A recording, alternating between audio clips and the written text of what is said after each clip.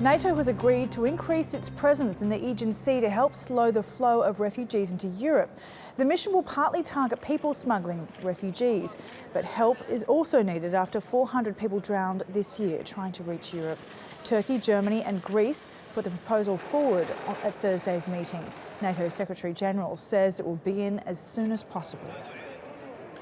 NATO's standing Maritime Group 2 is currently deployed in the region under German command. It will be tasked to conduct reconnaissance, monitoring and surveillance of the illegal crossings in the Aegean Sea in cooperation with relevant authorities. This is not about stopping or pushing back refugee boats. NATO will contribute critical information and surveillance to help counter human trafficking and criminal networks. Elena Casas is in Brussels and joins us now. Elena, some success from Germany, Turkey and Greece to get these patrols into the Aegean Sea. How would these patrols work?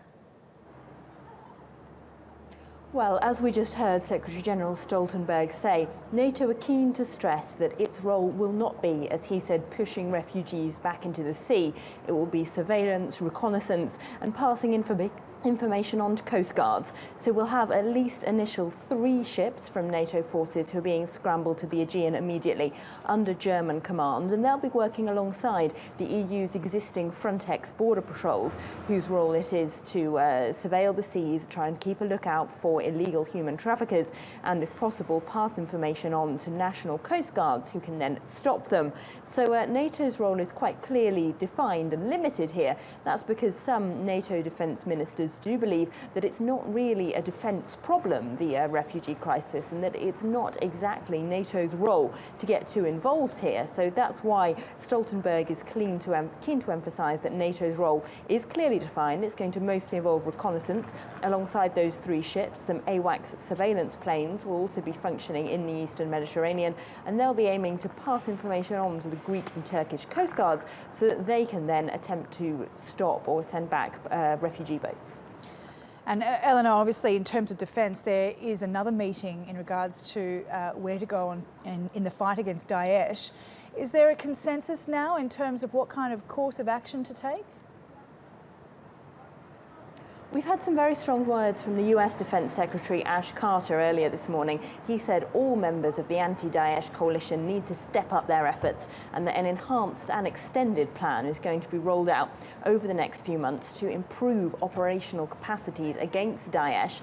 There is, of course, still a difference of opinion, though, among these 26 allied countries who've agreed to fight Daesh together about what their priority really is in Syria.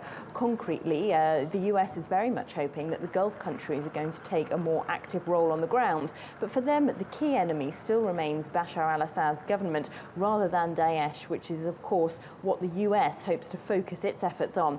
And Ash Carter and NATO Secretary-General Jens Stoltenberg have both been very keen to stress this morning that the military role in fighting Daesh can only be supplementary as long as a diplomatic solution has not been reached.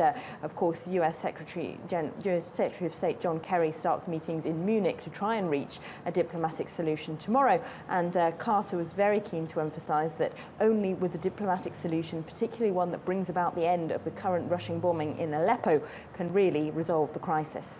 Eleanor, thank you for that.